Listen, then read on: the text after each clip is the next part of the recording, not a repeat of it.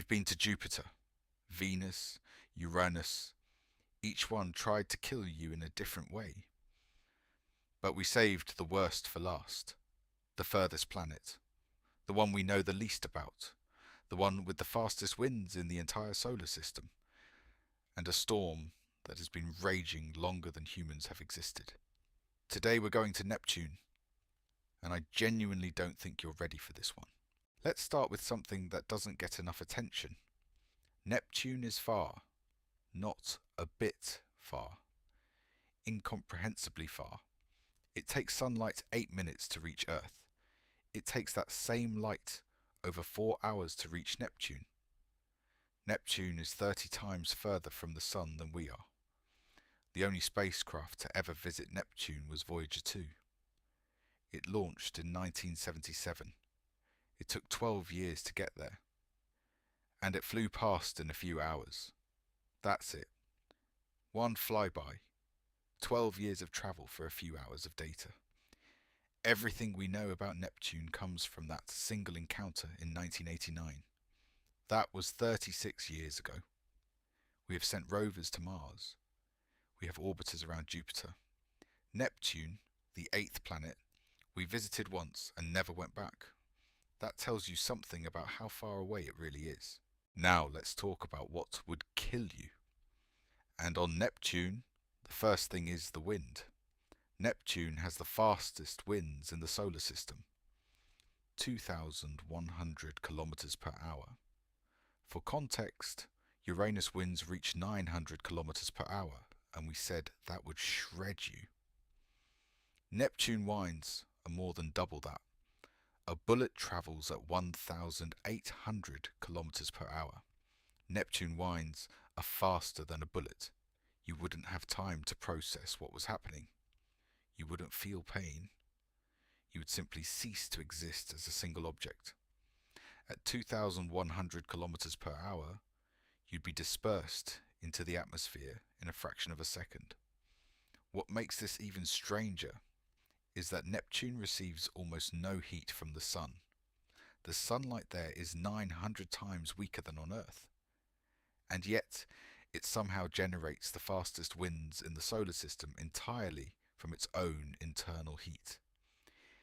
I find that genuinely unsettling. Neptune shouldn't be able to do that, and yet it does. When Voyager 2 flew past Neptune in 1989, it photographed something remarkable. A massive storm, dark, swirling, enormous. Scientists called it the Great Dark Spot. It was roughly the size of Earth, a storm the size of an entire planet, spinning at hundreds of kilometers per hour, embedded inside winds already moving at 2,100 kilometers per hour. And then, 6 years later, when the Hubble Space Telescope looked at Neptune, it was gone. The Great Dark Spot had simply vanished. But here's what gets me. A new one appeared, in a different location. Neptune just grows planet-sized storms, and dissolves them, and grows new ones. We don't fully understand why. Neptune has been doing this for billions of years, and we watched it for exactly a few hours in 1989. If the wind doesn't get you, the cold will. Neptune's temperature sits at around minus 214 degrees Celsius. Neptune radiates 2.6 times more energy than it receives from the Sun. It's generating its own warmth from the inside. And it's still minus 214 degrees on the outside. Go deeper, and the pressure builds to levels that make Venus look mild. Scientists believe water molecules get compressed so intensely that they break apart and reform into something called superionic water, a state of matter that doesn't exist anywhere on Earth. And Neptune might be full of it. And then there's the diamonds. Like Uranus, Neptune is believed to rain diamonds deep in its interior. Carbon atoms under extreme pressure compress into diamond crystals and fall toward the core, but Neptune might take this further. Some scientists believe the conditions inside Neptune are so extreme that diamonds don't just fall, they accumulate. That there might be an ocean of liquid diamonds surrounding a solid diamond core. A diamond ocean on a planet we visited once in 1989, and we haven't been back since. I don't know what to do with that information. There might be a diamond ocean inside the 8th planet, and we just haven't gone to look at it because it takes 12 years to get there. Neptune has 16 known moons, but one of them is unlike anything else in the solar system. Triton orbits Neptune backwards. Every other large moon in the solar system orbits in the same direction as its planet rotates. Triton goes the other way. This tells us it wasn't formed with Neptune. It was captured, a wandering object that got too close to Neptune's gravity and got pulled in.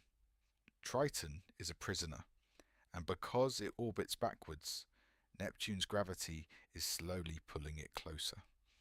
In about 3.6 billion years, Triton will be torn apart. Neptune will destroy its own moon, and the debris will form a ring system that will make Saturn's look small. Neptune is going to eat its own moon. It's just going to take a few billion years. So, how would you die on Neptune? The wind kills you before anything else.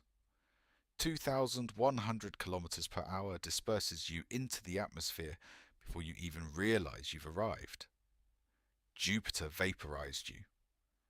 Venus gave you 30 seconds. Uranus didn't even give you one. Neptune doesn't give you a fraction of a second. Neptune is the edge of our solar system, the last planet. And it's the most hostile thing we've found out there. Somewhere inside it, there might be a diamond ocean, and we've never gone back to check. Next video, something completely different.